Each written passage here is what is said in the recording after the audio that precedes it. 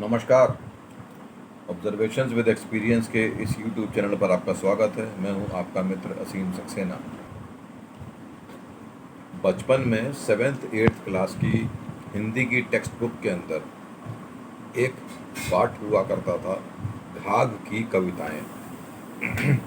घाघ बिहार के एक किसान थे और उनका मौसम के ऊपर एक अच्छा खासा अनुभव था, तो उन्होंने अपने अनुभवों के आधार पे कई कविताएं लिखी थी जो भविष्य में होने वाली ऋतुओं के चेंज के बारे में एक अच्छा खासा अनुभव दिया करती थी, संकेत दिया करती थी। जैसे एक उनकी कविता थी, करिया बादल जी डरवावे, भूरा बादल पानी लावे।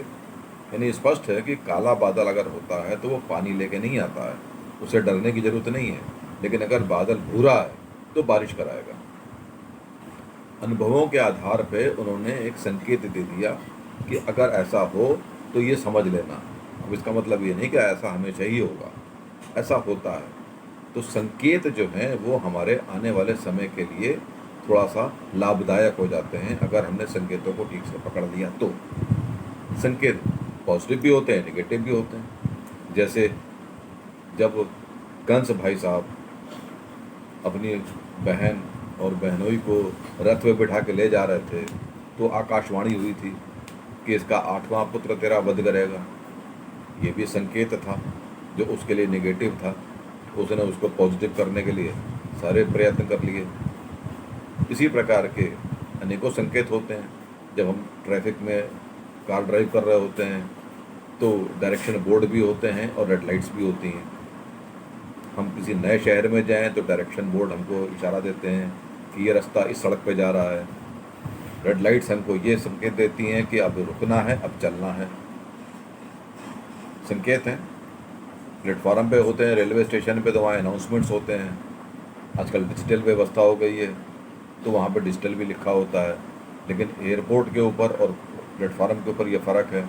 एयरपोर्ट की जेंट्री बनस्पत कुछ ज़्यादा एजुकेटेड होती है, जानकार होती है, तो वहाँ डिजिटल बोर्ड होते हैं। ये सब संकेतों के अर्थ हैं। अर्थात संकेत जो हैं वो किसी ना किसी ऑब्जर्वेशन के ऊपर आधारित होते हैं, किसी ट्रिक के ऊपर आधारित होते हैं, किसी तिकड़म पे आधारित होते हैं जो आगे आने वाले भविष्य के बारे में एक प्रकार से प्रेडिक्शन कर देते हैं। एग्जाम्पल के तौर पे हमने अक्सर देखा है, आजकल कुछ सालों में ज़्यादा ही डेवलप हो गया है।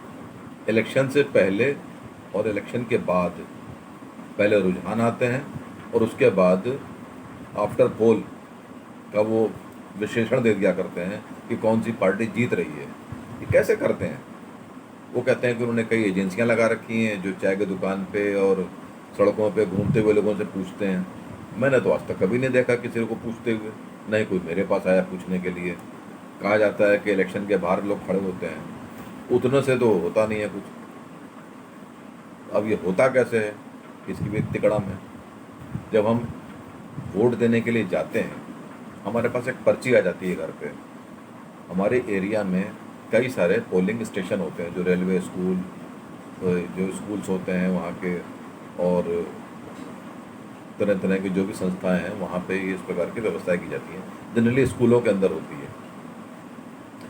वहाँ पे कई सारे कमरे होते हैं जिसके अंदर वोटिंग हो रही होती है, वो है पोलिंग बूथ। फर्ज कीजिए एक स्टेशन पे 15 या 20 बूथ हैं। हम एक बूथ में गए जो हमारा नंबर है, फर्ज कीजिए 15 नंबर पे हमको जाना है। हम 15 नंबर पे गए, हमने पर्ची वहाँ दी। लाइन में लगने के बाद जब हमारा कमरे में नंबर आया तो वहाँ 2 लोग होते हैं हमको पहचानने वाले, वो ओके कर देते हैं। तो अलग अलग पार्टियों में बैठे होते हैं, वो काट देते हैं, हाँ जी 17 नंबर 18 नंबर काट दो। 17 18 कट गया। उसके बाद हम आगे पर्ची देते हैं, फिर वो हमारी उंगली पर स्याही लगाता है, फिर हम साइन करते हैं, फिर हम आगे जाते हैं, हमको एक पर्ची मिलती है, हम आगे जाके पर्ची जमा कराते हैं। वहाँ पे एक बंदा बैठा होता है, वो कहता है जी आप आगे जाओ, जहाँ पे ईवीएम मशीन रखी होती है वो चारों तरफ से कवर होता है। फिर वो कहता है, वहाँ बंदा बैठा हुआ, हाँ जी अब प्रेस कीजिए बटन। हम जब बटन प्रेस करते हैं तो वही बंदा बोलता है, हाँ जी हो गया, जाइए। तो जितने भी हमने बटन प्रेस किए वो सब उसको दिखाई पड़ते हैं। उसको ये पता होता है कि इस कमरे में परसेंटेज ऑफ वोट किसकी तरफ ज़्यादा हैं, कहाँ बराबर है। ऐसे ही 15 से पता लग गया और ऐसे ही शहर से पता लग गया, और इन्हीं लोगों की जानकारी के आधार पे वो प्रिडिक्शन तैयार होती है। अक्सर आपने देखा होगा 5 बजे वोटिंग ख़त्म हो गई, 7:30 बजे तक उनके डाटा नहीं आता है, बोला नहीं they are preparing, they are sending, few have come. वो सारा जमा करते हैं, फिर उसको वो अपने मेन ऑफिस में भेज के वहाँ पे फीड करते होंगे, सॉफ्टवेयर होता होगा, सब डेवलप कर रखा होगा। जब कंपाइल हो जाता है, कंपाइल होने के बाद तो दोबारा रीचेक करते हैं कि गड़बड़ तो नहीं हो गया। और ये जो आजकल 2-3 साल में आफ्टर पोल प्रेडिक्शंस आने लगे हैं, वो ऑलमोस्ट बड़े सही होते हैं। हाँ, अब अगर अंदर से बताने वाला ही उल्टा बता दे तो बात अलग है।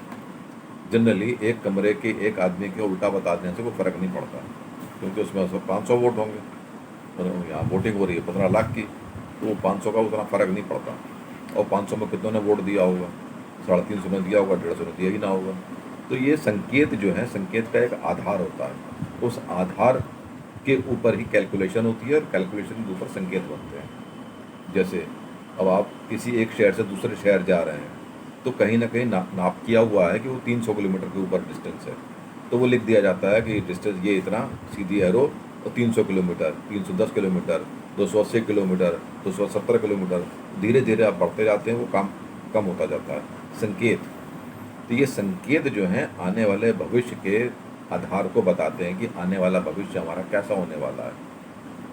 आजकल सड़कों के ऊपर, समाज के अंदर एक प्रकार का उद्दंडता का भाव ज़्यादा ही दिख रहा है। मर्यादा खत्म हो गई है, बड़ों का सम्मान खत्म हो गया है, छोटे से छोटा भी बड़ों को बदतमीजी के साथ बेइज्जत करने में सक्षम है। सड़कों के ऊपर सब चुपचाप निकलते हैं, wrong side driving, traffic rules को ना मानना, ये आजकल की एक परंपरा सी बन गई है। ये अच्छे संकेत नहीं है, ये आने वाले भविष्य को कुछ गलत ढंग से दर्शा रहे हैं कि आने वाला समय कैसा हो सकता है। ये सांकेतिक जो हमारे को ऑब्जर्वेशंस मिल रहे हैं, इसका एक प्रमाण ये भी है कि रशिया और यूक्रेन की लड़ाई चल रही है, सारे देश अलग से बैठ के बोल रहे हैं, अरे रुकवाने का दम किसी में नहीं है, कैसे बात का तुम चौधरी बनते हो, अरे दम होना चाहिए, बोल दो तुम रोक दो, काम पकड़ने की ताकत होनी चाहिए। लेकिन नहीं, सब अपनी रोटियां सेकने में लगे हैं। ये भी अच्छे संकेत नहीं है। यूट्यूब के ऊपर प्रेडिक्शंस भरे पड़े हैं कि चौथा महायुद्ध होने वाला है, उसकी भी गणना है। 3rd वर्ल्ड वॉर नहीं है, पहला युद्ध हुआ था देवासुर संग्राम, फिर 1st 2nd, और ये 3rd। तो ये देवासुर को अगर ले लिया जाए तो ये चौथा है। तो देव और असुर का संग्राम हुआ था, आज भी देव और असुर का ही संग्राम होना है। कौन देव कौन असुर ये तो बाद में पता चलेगा। सभी अपने आप को देव बोलेंगे, दूसरे को असुर बोलते हैं। तो ये तो प्रमाणों के ऊपर डिपेंड करता है कि देव में कौन आता है, असुर में कौन आता है।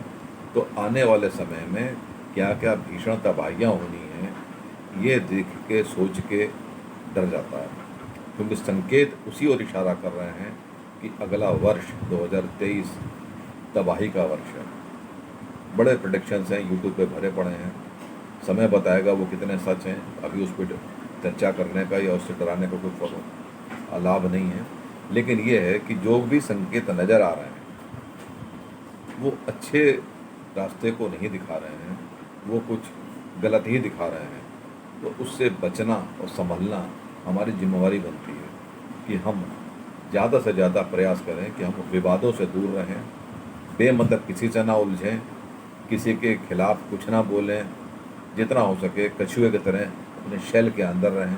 जब तक ज़रूरत ना पड़े हम किसी भी प्रकार का कोई भी प्रतिक्रियावाचक वचन ना बोलें, और प्रतिक्रिया भी उतनी ही बार करें जितने में बचाव रहे, उलझने की आवश्यकता नहीं है। ये समय की डिमांड है और यही हमको करना है, क्योंकि अगर प्रलय आती है तो प्रलय के बाद जीवित रहने के सारे प्रबंध हमने रखने हैं।